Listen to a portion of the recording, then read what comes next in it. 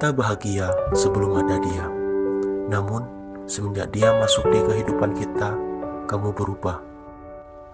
Kamu pergi tanpa suara, meninggalkan kenangan dan luka. Sekarang aku tahu, ternyata kamu cuma bermain drama. Semoga Tuhan tidak mengabulkan doaku yang satu ini, karena doaku sangat berbahaya untukmu. Aku sangat tersakiti ketika tahu kamu punya hubungan dengannya. Padahal kau belum pernah menyebut kata putus kepadaku.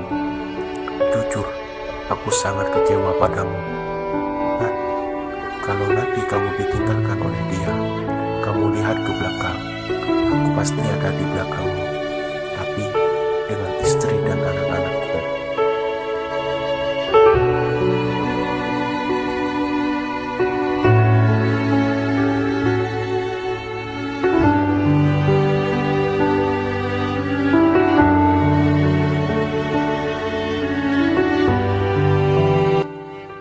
Oke, bagi kamu yang suka dengan video ini, jangan lupa like, komen, dan subscribe.